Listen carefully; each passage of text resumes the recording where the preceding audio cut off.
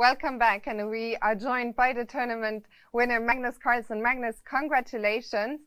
And my first question to you has to be a record 8 victory here in Wijk. What does it mean to you? I obviously had the previous record as well, so but overall now I've kept my record of winning the tournament more times than not, which was something that I was aiming for this year. But first of all, I'm just very happy to have been able to play the tournament and to perform very well. And while you're talking about those 8 victories, is there any of them that stands out more than others, or are they all equally special?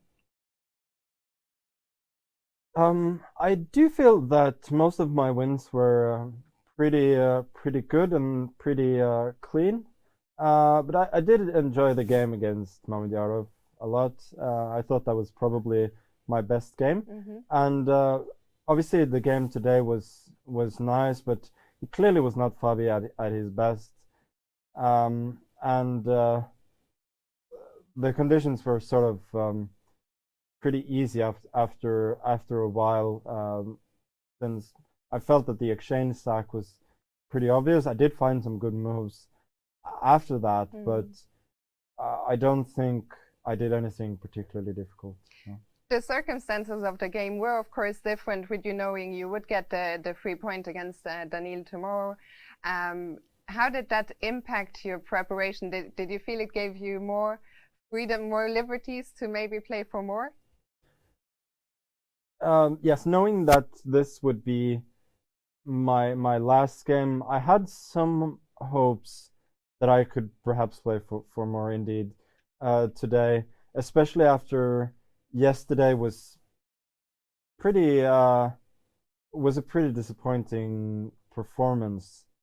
I really wanted to end on a high note today. It was not like I was setting out to take massive risks, but I at least kind of wanted to play a little bit, and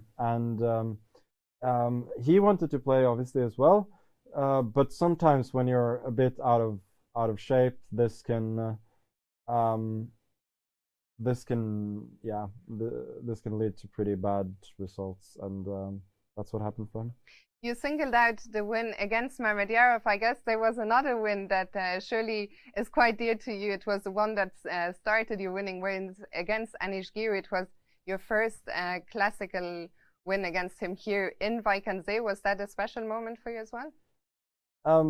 Sure, there have been some near misses against him ever since I lost that infamous game back in 2011, but I obviously with him starting to win a few games after a while, that was pretty crucial. But then again, I didn't feel that I did anything special in that game. But I did set him some problems that he failed to cope with in the opening. But yeah, as I said, I felt overall most of my wins were pretty good. A couple of those that we just talked about came from the Catalan, an opening which lately in your hands seems to have become a deadly weapon. Can you tell us a little bit about what's your inspiration behind that and your feeling towards the Catalan opening? Yeah, so one of the main points of my preparation for the match against the Pomnishi was to feel comfortable sacrificing a pawn in the Catalan, because that's something that I always kind of struggled with. Obviously I was helped by Dubov there, since that is his specialty, and I feel like I'm already improving there. For instance, against Mamedyarov, I sacrificed a pawn there for not too obvious compensation, and I was just feeling good, like it was normal. So I'm definitely getting the taste for the opening. Do you think that's also going to be shaping the near future? Do you feel like you're a trailblazer in that sense? It's always been quite popular, but Do you feel you're breathing new life into the opening? No, Catalan is one of the top openings by neural networks, so it's not going to be a surprise to anybody. Well, we're looking at your coach, Peter Heine Nielsen, who's standing in the corner, but I'm sure he has something to do with it. Magnus, let's briefly talk about Wijk. You've played here 18 times. A lot of your life time spent here in this coastal village. What is it that makes you enjoy being here so much? Well, there are a few things. Obviously, there's tradition, which helps. But I think most of all, the format, playing so many different players is unique, and playing against kind of a varied field. That's something that is unique to this tournament. You don't get that really anywhere else. And I don't know. The tradition part again, I always feel good coming here. It's always yeah, it's always welcome. I'm always kind of able to focus here. And yeah, this time, even though there was COVID, which is of course unfortunate, so that nobody can really come and watch. It didn't really affect my preparation and everything that much. My daily routine was pretty much the same, probably, as it would have been, even with a lot of people here. And I think I just managed to focus really well.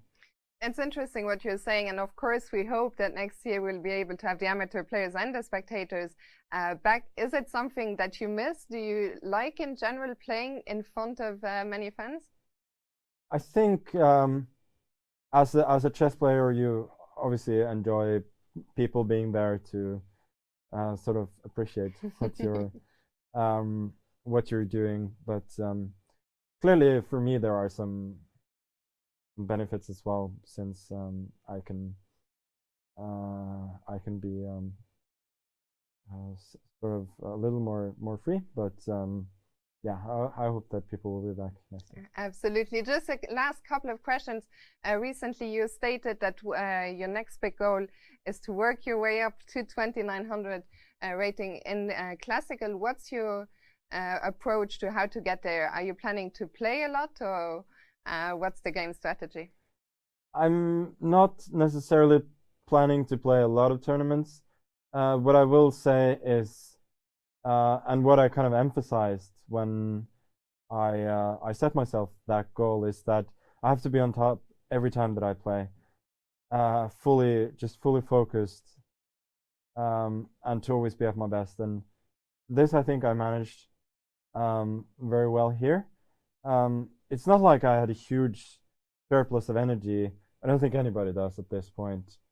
But I think I really made the most of it. I was really disciplined throughout the whole tournament, and I think that really is the key to have any chance of attaining that goal. How often I play, that we'll see. I don't have anything particular planned before Norway Chess at the end of May, but really just being full of focus each time that I play. That's the only thing that can give me a chance of attaining that goal. Very well. We wish you best of luck with that quest. Before I let you go, Magnus, there's one final question from a fan of yours, Rebecca Harris. She is wondering, now that Tata is over, might there be some more bullet matches on the horizon for her? We'll see. We'll see. Magnus, I'll let you go off. Do you have any plans for tonight or tomorrow? Will there be any celebrations? I don't know. I'm just really happy with the way things ended. Getting this last win in a good game makes all the difference in the world for me. And there'll be due time to celebrate if it's now or when I get home. So that part I'm not worried about. Great. Well, Magnus, thank you so much for your time. Congratulations on a brilliant performance, your 8th title here in Tata. Thanks for joining us. And for now, back to you, Dania.